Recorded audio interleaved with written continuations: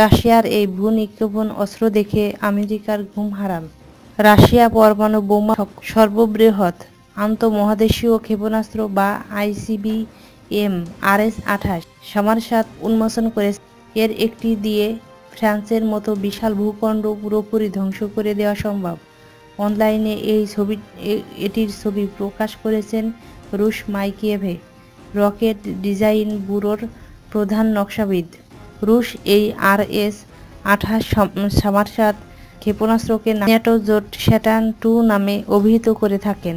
10,000 kilometre পাল্লার এই ক্ষেপণাস্ত্র সেকেন্ডে সর্বোচ্চ 7 কিলোমিটার গতিতে লক্ষ্যবস্তুর দিকে ছুটে যেতে পারে। এছাড়া যে কোনো ক্ষেপণাস্ত্র প্রতিরক্ষা ব্যবস্থাকে নস্যাৎ করার ক্ষমতা RS-28 সামারতের আছে।